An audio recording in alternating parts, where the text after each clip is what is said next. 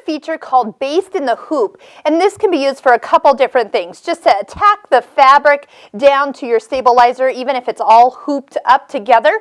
But what if you have some fabric that's already pre-cut and you decide you want to add an embroidery design to this? Well, you can't hoop that, that's pretty small. So what I've done is I've hooped up 2 layers of tearaway stabilizer in my 120 by 120 hoop. So I've gone ahead and selected that. I picked a real simple design, that's that diamond design, and reduced down the size. So we're just going to go ahead and touch go. Now, if I want to see where the center of that design is, so let's go ahead, come over to the position, nope, not that one. There we go. Design positioning, put my needle to the center there, and then that way I know where the center of my design is. And if I want to cheat just a little bit, is I can fold my fabric in half and then also in quarters, like that. I really just want that little crease, and I'm going to go ahead and set that right underneath my needle and then just kind of open it up. Sometimes that's almost easier than trying to draw anything. Now it's just going to sit here and float on top of my hoop. I'm going to just twist it just a little. I can kind of see it's nice and parallel to the edges of my hoop. You can pretty much just eyeball that.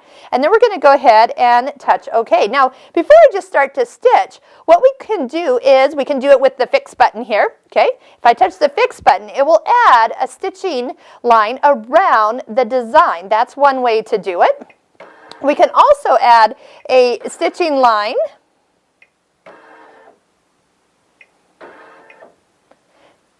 We can also add a baste around the hoop area, which would probably be outside of my line.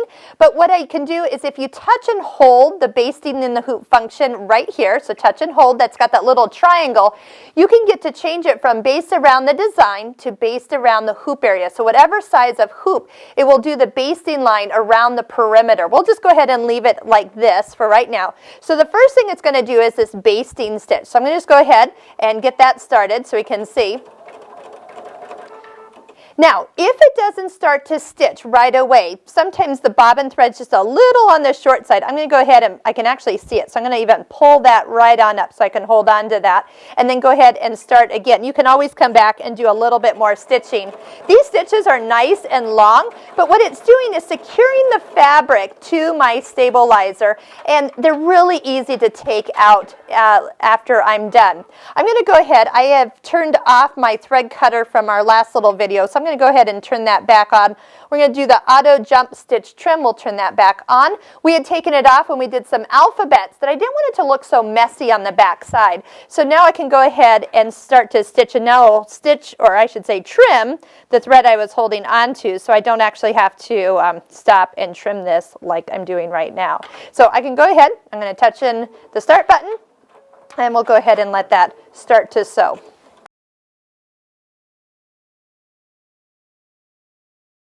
So let's take a look at what we have here. Isn't that great? It's actually a very quick stitch design.